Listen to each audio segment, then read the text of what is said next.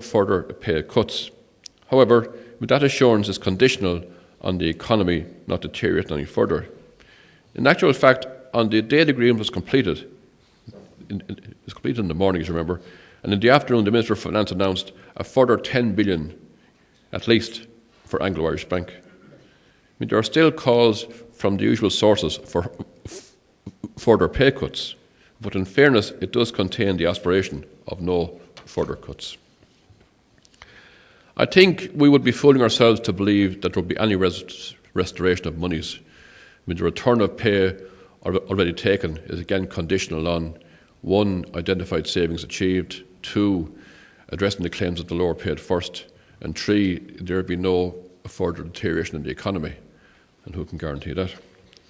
If the position of lower paid public servants is appalling, any cuts should have been above a threshold of 35,000.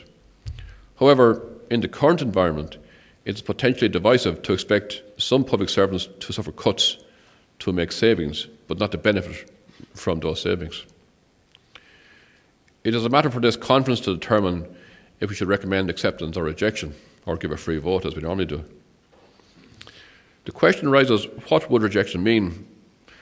And I don't think anyone really knows. Rejection would be unprecedented.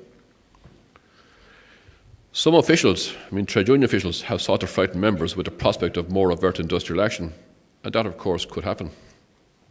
However, rejection would also have implications for government.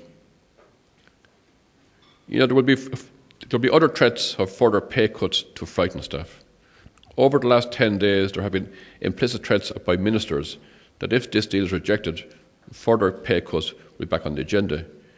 Even Minister Harney has been threatening us. Now, colleagues, it is my view that this minister should be hiding in shame. Was it not she and her defunct party, the PDs, who pushed the agenda for low tax and light touch regulation? Was not she the champion of the free marketeers? This is the minister who takes responsibility for nothing except success, and you know and I know she claims success where there is none. Sees improvement where patients see none. She will be remembered as a minister for privatisation. She worships at the altar of the same private sector that has destroyed our country. Minister Harney, we will not be bullied by you.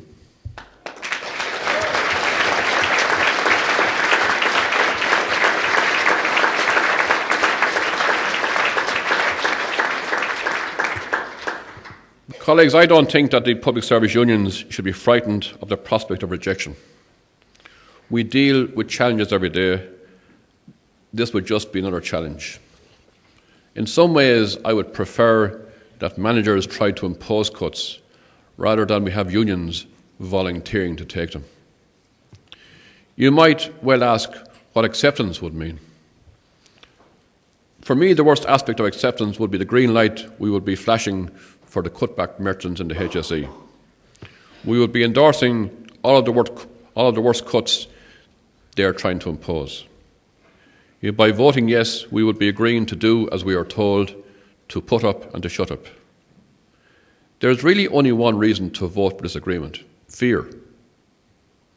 Fear of further pay cuts, fear of strike, fear of the unknown.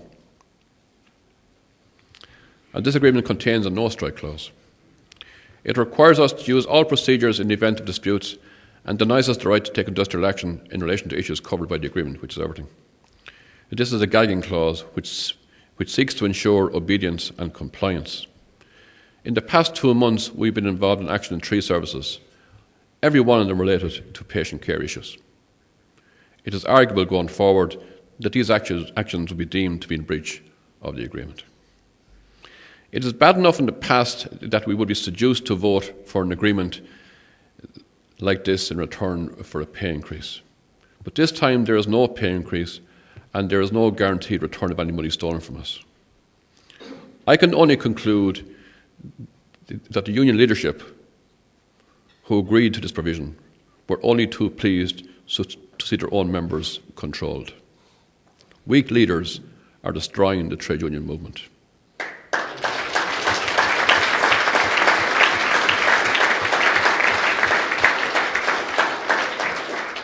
I thank God that, at least in some cases, that their executives are stronger.